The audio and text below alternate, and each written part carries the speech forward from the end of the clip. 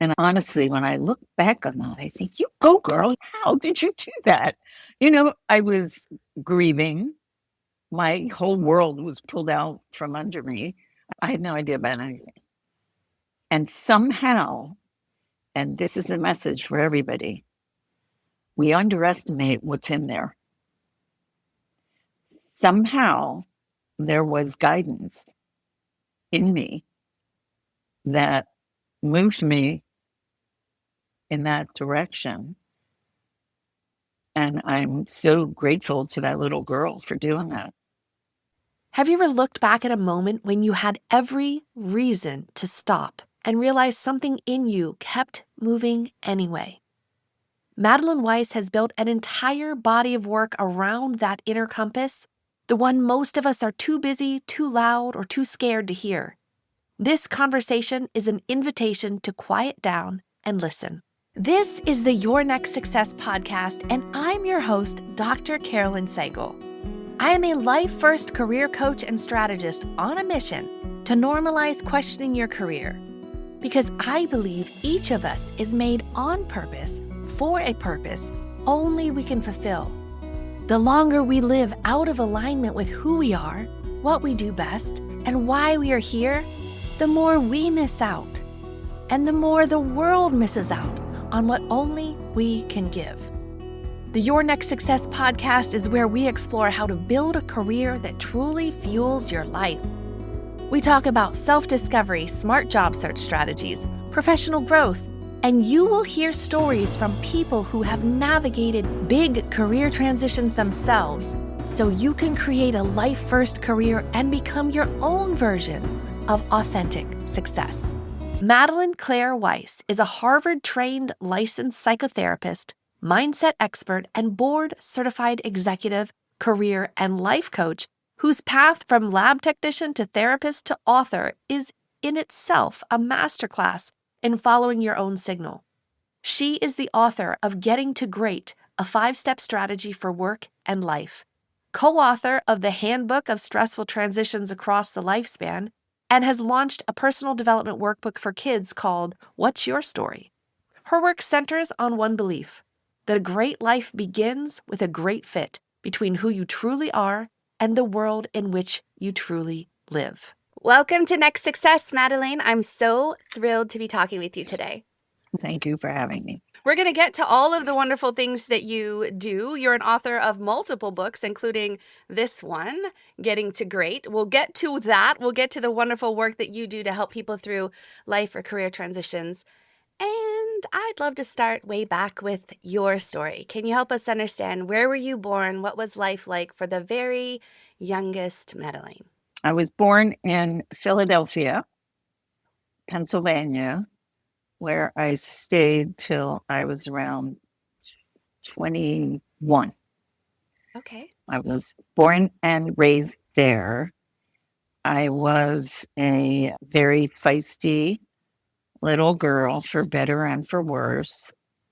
In my book, I think I wrote about how my recollection, I spent most of my childhood grounded. And that's when I started writing to entertain myself. I would make these books out of construction paper and sew them up the middle with yarn and color the cover and all that kind of stuff. So this desire to be an author and to have amazing books with awesome covers has been ingrained in you from a very early age. Now, I also spent quite a bit of time being grounded or restricted. Thought I was the only one. No, not the only one. I wonder if it was, well, you're not of the same generation that I am, but I just wonder if back in the day, that kind of discipline, like there's this gentle parenting now. It wasn't as gentle. And I don't know what it was like for the other kids and their parents, although I spent a lot of time with my friends' parents. And they were always very warm and welcoming to me, if and when I was ever allowed out. But there was this sense of importance, I think, in my father's mind about disciplining me well. Mm-hmm. And in my later years now, when I think back on him, I think that he was keeping me safe. I Mm-hmm. think that I was such a ball on fire that he was keeping me like like if I went out there, God knows what would happen. So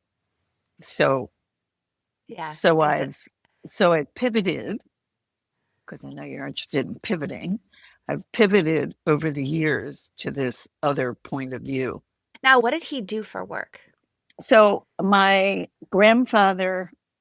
father's intention was to go to law school, but the depression happened and his mother died early in her life of a heart attack. And the story goes that on her deathbed, he made a promise to her to take care of his father and the family business. And the family business was in the garment industry. So he used to take me sometimes to New York with him, and I'd be allowed to pick out stuff. I had a red patent leather wrap skirt once. Interesting. So, yeah. Very interesting. And did your mom work outside the home? So my mother was the bookkeeper for my father's business. And Gotcha. she they didn't have calculators or computers or any of that then. So she didn't have an Excel spreadsheet. So she would sit there with her pen and go, ding. It's like I, in her head. interesting. Like She didn't even have like the calculator ding, ding, with the she, like roll thing coming up. I don't remember anything. I remember her Wow. going The down pad. the numbers. Interesting. And so Yeah. now, if that's the family business for generations, and you remember her doing that, so it must have been a little bit hard for them to separate family life from work life. It just all was wrapped up. Well, that's not all she did. She was the president of the local chapter of the City of Hope, which Oh, I interesting. think was leukemia, maybe, or Interesting. and our local temple, and she was pretty active So that she was way. giving back to the community, helping out with greater causes and helping your father's business and raising you. And I think you had a sibling as well. I have an older brother. My mother was not very domesticated, so she did all those things more than I think she actually mothered. Aha. And Aha. I think that I have vastly improved on her as a mother on purpose. And Yeah. I think my daughter has even taken it up a notch. Oh, wow. That's awesome. Wonderful mother. So, yeah. Yeah. That's what I mean, we kind of want that, right? Because it's either going to be, well, just going to fall into the same old, or the heck if I'm going to be like that. So I'm going to try to do a 180 on Right. how all that went down. Yeah. Yeah. So I think we've found nice balances Mm. in the corrections and improvements over the generations. And I love seeing that because I'm all into growth and development anyway. Yeah. It's good Yeah. to see it in my own family. Now, how about in school? Were there any particular, like, let's say, elementary, middle, high school, any particular subjects you enjoyed more than others? Were there activities outside of school you enjoyed more than others? I enjoyed talking on the telephone to my friends because that's all I really had since I wasn't allowed out. Yeah. So that contact was really important to me. And I remember my mother saying, "You're much smarter than your brother, but you must never tell anyone I said that." So no one expected very much from me academically. And I didn't expect anything very much from myself academically. And so I have a lovely young granddaughter. Well, I have a few of them. And I'm very out there with them on how much I wished I had taken my studies more seriously, because now I can't get enough of history and philosophy and all that stuff. And when I say that to other adults, they say they weren't really teaching us that stuff anyway. So some of it they were. And Yeah. I just wish I had known then how much love for all of that lived inside of me that wasn't Mhm. being addressed or acknowledged. But it is now. Yeah. Yes, absolutely. I mean, your book, I loved. You have so many like references to other works and other things. Thank you. Amazing. I Thank you. appreciated that very, very. I come from a hard science background, Right. chemistry and polymers like rubber and plastic. So I was like, oh, yes, there's citations. I love it. It's not just random thoughts, it's random thoughts linking back to other people's studies. And I what I I loved it all. actually got in trouble for that when I was in business school. Really? The professor said he felt like he was being attacked with references. And he said, in the next paper you write, I just want to know what you think. Okay. Okay. Interesting. Yeah. Yeah. Because he felt like I was arming myself, like making my arguments bulletproof, because this one said this and this one found that. And I had all these references. And he thought I was doing that to protect myself and my own thoughts and my own view of the world. And he said he wanted just that. Interesting. Very interesting. Right? I can kind of see a part of that, like, okay, well, what you were, in my opinion, trying to present is the thoughts that you have are also well backed up by these things that these other people have found as well through a bunch of literature studies. So therefore, this is now you're adapting that information into your viewpoint. What's wrong with that? That's better than just a whim. Anyway. While I was being raised, I think I was seen as an airhead. And this slew of references might be related to that. To combat, to make sure everybody Now that we're knows. chatting, I teach a decision making segment, and it's all science backed. Like everything I say, it's just like that book. Yeah. And so it's probably my armor, but I love reading it, you know? Yeah. And when I was studying Advaita Vedanta, that's that pre-Hindu tradition, which I studied for like 25 years. I used to, every time they would say something, the tutors, I would have a study and I'd bring it, and they would say, well, I'm glad they're finally catching up with us. The science was so consistent with the ancient Eastern philosophy. And I was always wanting to say, yeah, I just read a study, blah, blah, blah. And they didn't appreciate it that much either. But I'm glad you do. I do. I totally do. But okay, so let's dig into there's something happened in your teen years that very much influenced your perspective on the world and work and life. Can you help us understand what that experience was and how that? Are you meaning my father died when I was 15, suddenly? Yeah. And nobody ever knew what to do with me. And they certainly didn't know what to do with me after that happened. So you can kind of imagine maybe that. And I don't know how I did this, but somehow I got myself into the University of Pennsylvania Graduate Hospital School of Technology, Medical Technology. And I honestly, when I look back on that, I think, you go, girl, you go. How did you do that? I was grieving. My whole world was pulled out from under me. I had no idea, like, I had no idea about anything. And somehow, and this is a message for everybody, we underestimate what's in there. Somehow, there was guidance in me that moved me, or I used to move in that direction. And I'm like so grateful to that little girl for doing that. Yeah. How did you decide that you wanted to go there? I don't think anybody thought I was college material, which might explain why I kept getting this degree, that degree, that degree, that degree, eventually.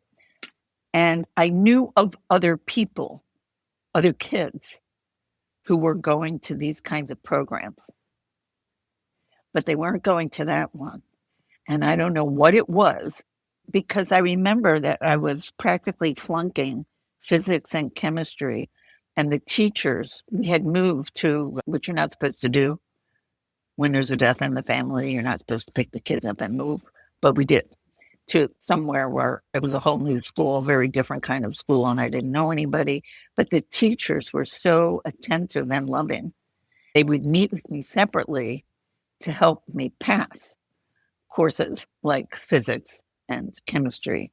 Maybe it was their, I think they would call it scaffolding, the way these teachers held me, that helped me to believe that I was fit for this school, Yeah. of those schools. It's remarkable to me when I look back on it. I don't know how I did that, but I did it. That's awesome also that those teachers, so you moved schools, brand new community, brand new everything, and these teachers wanted to take extra time and attention to try to support you however they could. Right. And likely meeting with you not just during class time, but inviting you No, to it was come after. and taking special. Yeah, that's I awesome. actually think I was invited to dinner at their home. Oh. I think they really felt sorry for me. Well, but they also saw something in you, right? And so they have this fresh perspective and they're seeing this spunky, creative, articulate, Well, we don't know if I beautiful. was articulate, but thank you. Let's say that you were. They're sitting. Why? There's They didn't have to do that. They didn't have to. They picture of wanted me to. in the yearbook, Yeah. and it's like this. And the caption is Madelaine's eternal questions. So I Oh, must have been curious. asking, yeah, Inquisitive. Yeah. Wanting I to know guess, why, wanting to know how. That's awesome. just being annoying.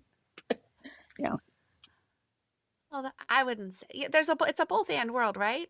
Yeah, I asked a lot of questions as well, and my kids do too. And yes, maybe that doesn't allow other people to ask questions, but it sure as heck seemed like they weren't trying to ask anything. So, Well, actually, the kids were very nice to me also. They nominated me right off the bat for Snow Queen.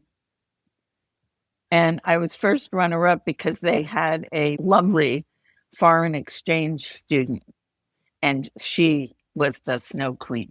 But just interesting. the fact that they included me like that, Yeah.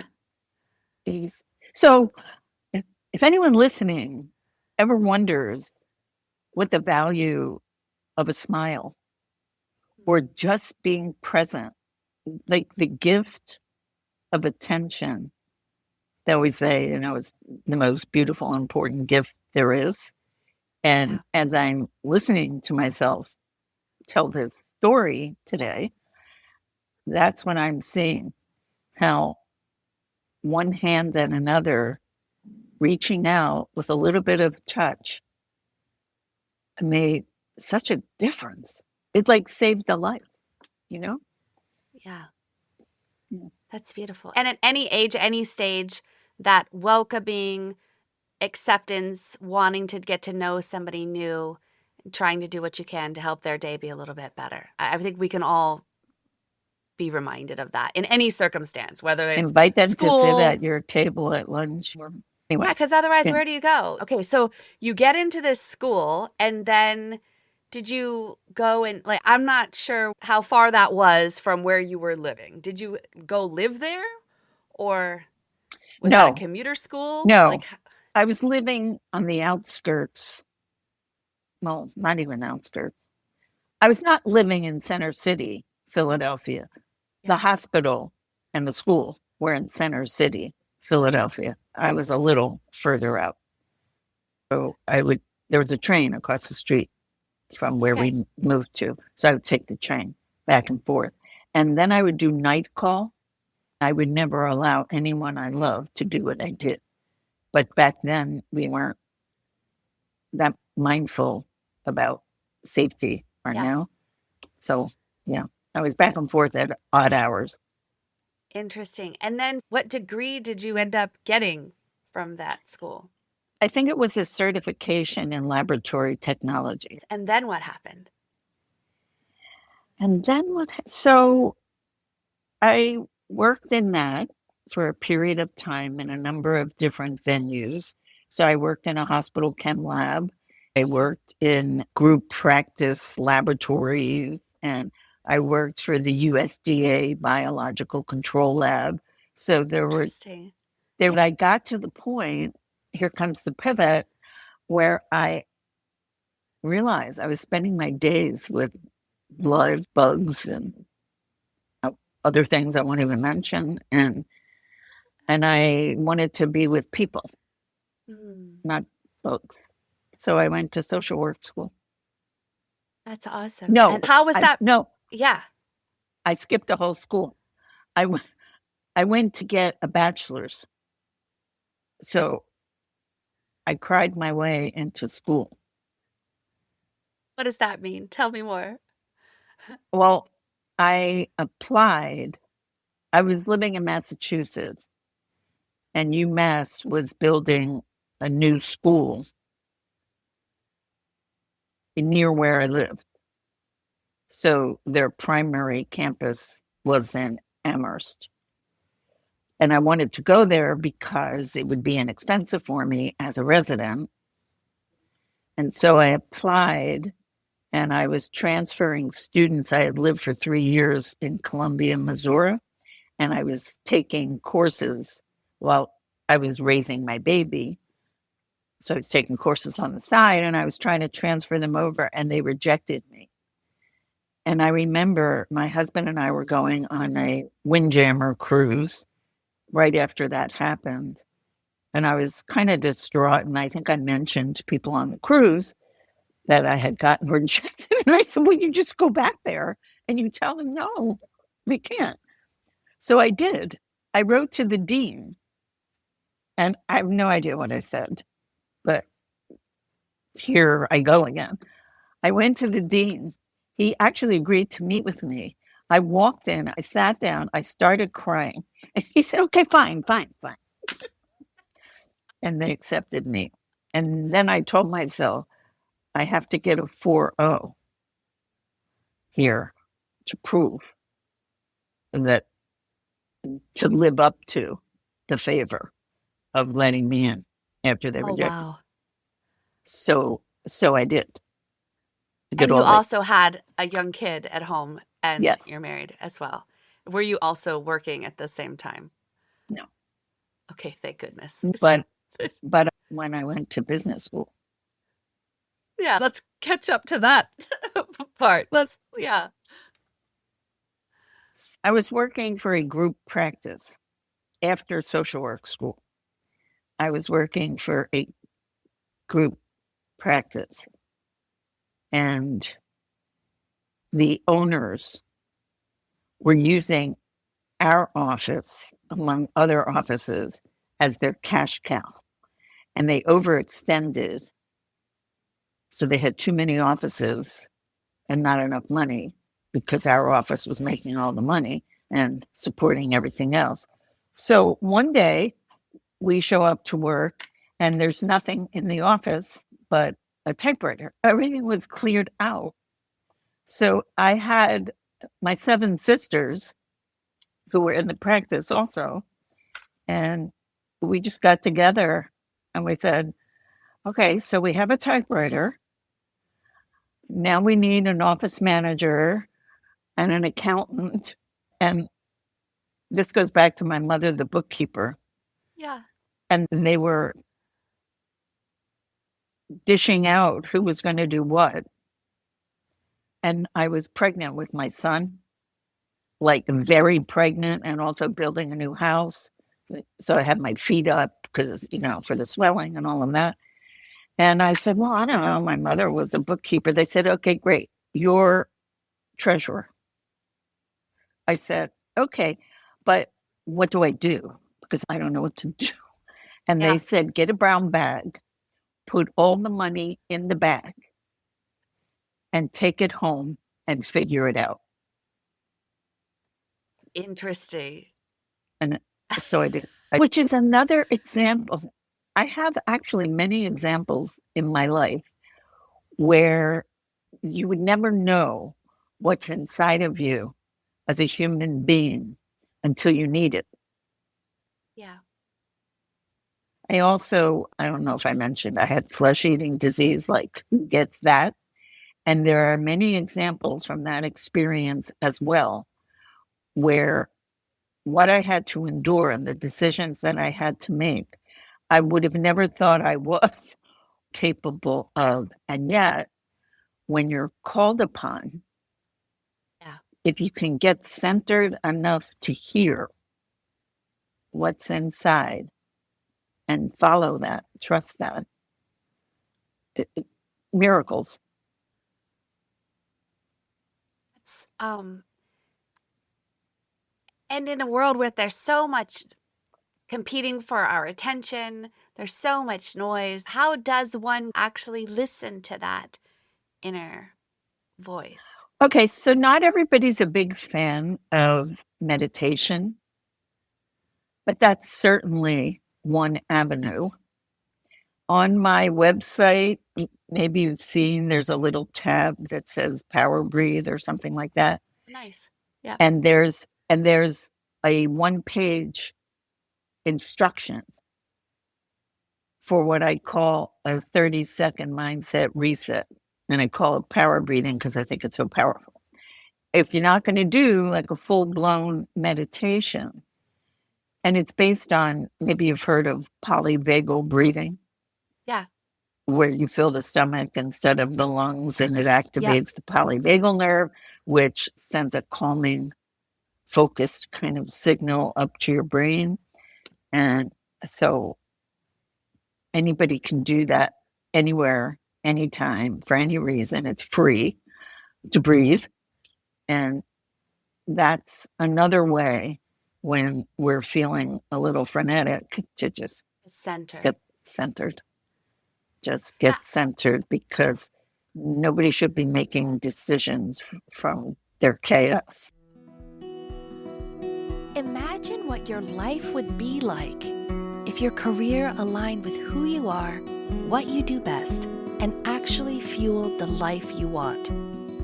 At Next Success, we support all ages and stages through career transitions, from students exploring majors or careers to job seekers actively searching or reimagining their next move to professionals committed to self-awareness and leadership growth. Stay connected and explore what's possible at nextsuccesscareers.com and follow Next Success Method on LinkedIn, YouTube, Instagram, and Facebook. How did you get interested in that? Like, because we've heard you have so many. I know. I think now some of the kids are saying it's multi-potentialite, or it's a generalist, or it's like whatever it is. You have had such a variety, from like doing lab chemistry to being a treasurer to serving in a variety of, but crazy. How did you get in? And then now, pre-Hindu philosophy, like, okay, how did you get introduced to these things, Madelaine? Again, somebody reached out and touched me. I was going through a very hard time in my life, and there was this very kind elder gentleman who was part of this school of philosophy, he and his lovely wife. And he kept inviting me for lunch or coffee to make sure that I was okay, kind of like those teachers. And one day he said to me, Alice and I would really like this school. I said, I don't really think that's up my alley. I don't really think that's my thing. And he said, well, they have some very interesting courses and you will like this. one of them was science and reality. And I said, well, I have no idea what reality is at this point. That's clear. So what the heck? I'll try it. And, I went to them for the sort of intellectual stimulation. And I like to say they kind of healed my heart when I wasn't looking. Wow. They, Yeah. like they got me in there, but then there was a lot of meditation, tutorial, but even more interesting for me was learning about how the mind works and the tricks we play on ourselves and the hard times that we give ourselves, and learning how to stand outside of ourselves and watch the way the mind works. So at some point, I said, I think I was working at Harvard Medical School at that point in another capacity. But I thought, none of these people are going to that school. And this stuff is so simple. Everyone should know it, and they're not going to know it. Yeah. So I decided I was going to bring it to them. So I went to learning and development at Harvard Medical School. I said, I have an idea for a 4-week course. Would you let me do it? And they did. And they even paid me, which was nice. And they said that the course was the only course they had ever run that grew over time. Usually there's attrition, but they said people were banging down the door to get into this course because the concepts are things like we cannot be that which we observe, for then who is doing the observing, stuff like that, that helps us like not take ourselves quite as seriously as we do, and not believe the stories we tell ourselves are much more than stories. So all that learning, people just loved it. Oh, that's how long? And did you keep teaching that course? I or did. it get past that? I So did. what was the title of that course? I think at the time I was calling it Managing Your Mind. And I think over the years I changed it to Mastering because I thought, I don't know. Yeah. Yeah. I don't remember what I did. Yeah. Well, maybe so there's all this like Kung Fu master and martial arts master and, maybe some of those kind of, who knows? I think I have a version of it on Udemy where they have, I do have a couple courses there, and that might be one of them. Okay, so you learned something really intriguing, exciting, that's helpful for you that you then want to go and make sure is available for others as well. The learning doesn't just stop. You don't just suck it up and take it in and enjoy your own life a little bit better. You also then have this great desire to let it go through you and impact many, many other lives as well. So Mahjong is a big thing right now across the country. And there's a game in my building. Yeah. And I practice what I preach in my decision-making materials. Yeah. And so I win fair enough. And I tell everybody what I'm doing to practice instead of keeping it my little secret. I have this special way that I do it that not a lot of people do it this way, but I think it's a really powerful way to do it. So I share it with everyone. So just to be nice and to be fair.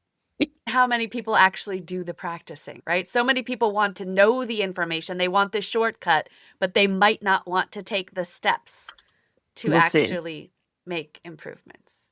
When they see me winning, they listen. I'm also, because of the decision making, so much faster than most people. Because one of the things I teach about decision making is that when you're in your mind, and I see people at the table doing this, going back and forth, and churning and thinking, and thinking that the more you think about it, the better the decision will be. You're frying your brain. Mm. It's like draining energy, muddling Yeah. your brain's decision making clarity and ability. So I go fast, and they're all sitting there trying to make the best decision. So you like to just take the leap and make a decision? Well, it isn't like I don't think, but I'm a fan of not overthinking, and a lot of people overthink. And people overthink because they think when they're overthinking that they're actually doing something that's beneficial. And not everyone knows that there's a sweet spot. There's a point beyond which you're just frying your brain. You think it has anything to do with how you're wired or your natural ability or inductive or deductive reasoning, or it's something else? Well, I think, and I imagine you agree that we all have habits of the brain, but Yes, we now know that we can change them. And absolutely. so I like to think of it as a garden, and we can plant this new garden Yep, and let the old one go to seed. Let it just yep. wither because you're not watering it. You know, that's that fable about the wolves Yes, yes, and the yes. young. But go ahead and tell it for those that don't know. Okay, so the young boy says to his grandfather, "If I botch this, please correct me." He says to his grandfather, "There are two wolves, and they're fighting, and I don't know which one's going to win."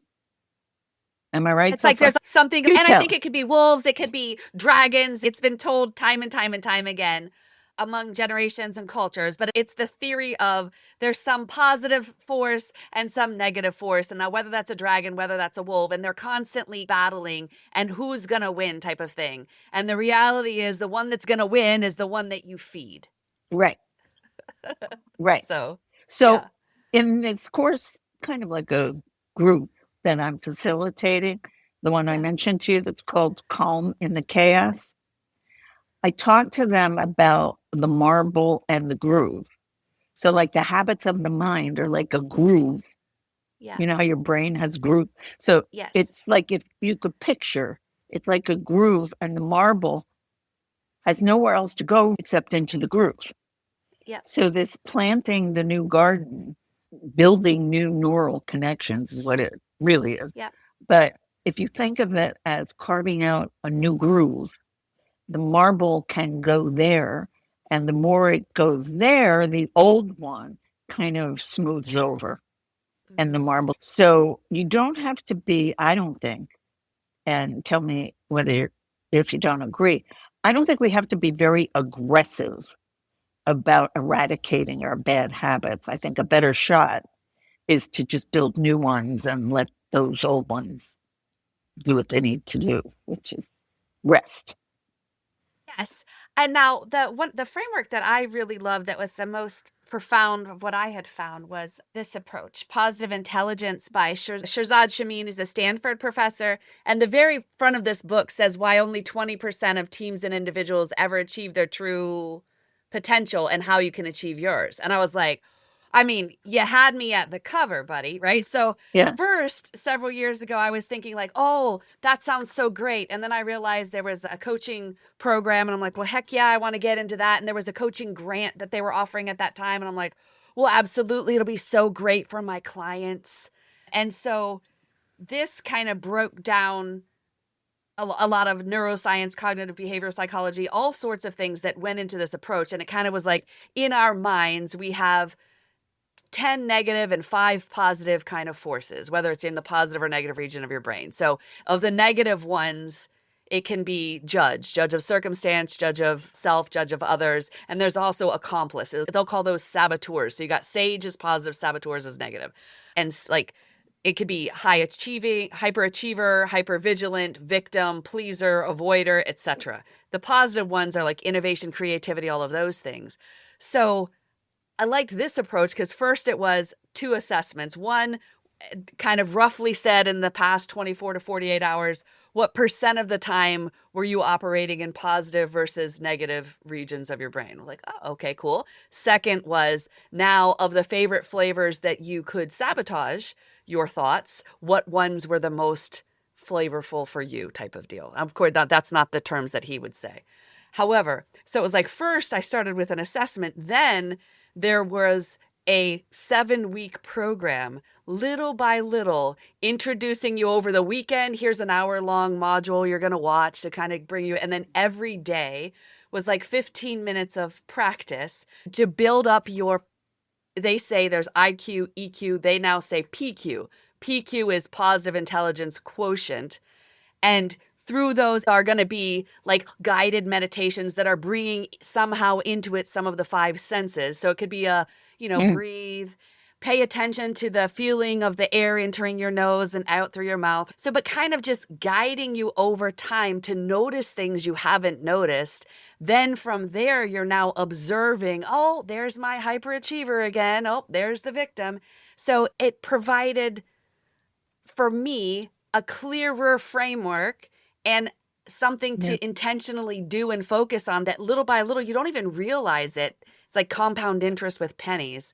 But then after that 7 or 8 weeks initial start, it's almost like you've downloaded a new mental operating system where you're starting to make new grooves and kind of observations. And then over time, because you've practiced and commanded your mind to focus in those things, regardless of all the things going on, then when you do hit a more challenging circumstance, has happened several times now since doing it. It's an amazing how my mind will just drop into those things that I intentionally practice. So instead of Yes. reacting, I can Yeah. respond. Yeah. I enjoyed that approach, but I hadn't had 20 years to research into it. And I'm sure his is based on so many other of the things that came before him. And they even had done fMRI studies on people's brains pre and post to see Ah, how it was. well, So it's like they I love had to get that all part. that. Yes, exactly. We both do. I want to tell you, first of all, whatever works. Yeah. I don't think in positive and negative.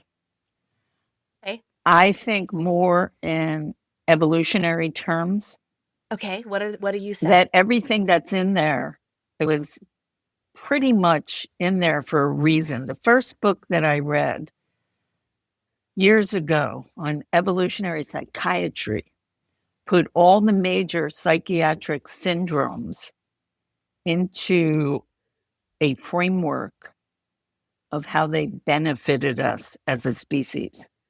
So Interesting. it's a feature run amok. Interesting. Interesting. So, like OCD, paying attention to detail, that's a pretty good thing if you're trying to stay alive. Yeah. And there's something called the negativity bias, where people are constantly looking for the negative. And some do that more than others, and some do that too much. And then you have a condition. But the fact that it's there at all was positive. It helped Hmm. us. It helped us to be able to survive, to be here, to even talk about it. Yeah. So I frame everything like that. So if people are judging or procrastinating or whatever they're doing that some people might say is negative, I want to know, how is that serving you? So Robert Wright wrote The Moral Animal, and that was one of the early books that I read on evolutionary psychology also. And he talks about knobs and tunings. And he says that we humans all have the same knobs, capacities for cooperation, competition, love, jealousy, whatever. We all Yeah. have the same features, the same knobs, but we have different tunings because we have higher developed brains Yeah. than the lizard. We can get our hands on those knobs and turn things up and down. Yes. So the knobs, to me, there's no positive or negative. There's just a more functional tuning that will Correct. help create a happier, healthier, productive life. So, yeah. I like that. Yeah, because that's like underneath each thing can be a good intention. And this kind of goes into that as well of like, how has this effect been on your performance, your relationships, and your well-being? And if you're good and it's good, then fine. But if it's if it's extra highly tuned and now that's causing you to So, have so yeah. there's this wording that I've learned that I think does this. It's what would be even better. So you're not calling anything bad, but what would be even better? Like, how could you tweak something to make it even better? Because people are walking around feeling pretty bad about themselves already to some extent. So, like that story with the wolves or the dragon, we don't want to feed that. So, it's what could be even better. That's kind of also what one of the lines in the book that you had written, and you've written several books, but let's talk about this one for a moment. Getting to Great. This was a framework that you had a 5-step strategy for work and life. And you said this book is about, is it possible to change the what is to what could become for each and every one of us? That's what this was about. So this is kind of your thing of like, I oh, like what that. could be next? Could have even been, right? You wrote it. And your 5-step strategy was with the acronym of GREAT, where G was grounding in the belief that a great life is possible through a great environmental fit. Please do tell us what the acronym of GREAT means, I'd be happy Madelaine, to. starting from the beginning so I could delete that other way. All right, tell us what GREAT means. Okay. You beautifully stated what the G is. But the first line of the book is a great life depends on a great fit between who we are and the environment in which we work and live. So R was for recognizing who you are, not who someone else said you should be, or not even necessarily who you always thought you should be. Yeah. So it's that deeper essence of you, which bubbles up when we give it space and room to do that by being a little quieter to be able to hear that. And then the E is once you have a sense of who we are, we can go exploring. And, there's a great big world out there. And I know how limited mine was growing up in terms of what I could or couldn't be. So getting beyond the idea of what somebody else thought you should do, or again, even what you might have thought you should be doing out there with your life, just to explore options that have maybe occurred to you before and you went, nah, I can't do that. Or maybe they never even occurred to you. But in any case, the exploration phase is sort of like dreaming of what else can be, what might be even better. But dreams don't make it happen without action. So William James said action doesn't guarantee happiness, but there's no happiness without it. So there has to be action. And then the T was for the normal, natural, inherent, predictable resistance to change when you think you're going to take action. There's a part of us that goes, where do you think you're going? Yeah. Where'd you get that idea? Yeah. What makes you think? I remember when I moved from Massachusetts to here, and I was leaving my job at Harvard Medical School, and I was going to set up a private practice here. I had a group of friends. And where is here? Oh, I'm in Washington, D.C. Awesome. Okay. So I had a group of colleague friends who were all social workers. And they lovingly said to me, what do you think you're doing? You think you're going to move to D.C. and just hang out a shingle? They said, do you have any idea how many of you there are there? And I said, yeah, well, I'm just going to try. And I did. So, yeah. So it's getting past our ideas that kind of makes sense. I mean, They were right about everything they said, Yeah. but it doesn't have to be a reason not to try to see what's possible. I love it. And if one can, treat it like an experiment. Yes. And just see and explore, and then just gather the data and then reiterate again and try another experiment, and then gather the data and reiterate again and try another experiment. If we could remove this like judgment of it has to work right the first time within 30 seconds and just allow us to progress and keep becoming even more and more, that's what it's about, I think. Yeah. Now, Beautifully said. curious. Thank you. Thank you. From your earliest days, did you have a vision or a version of what you thought it meant for someone to be successful? No, How about now? What do you say is authentic success for you?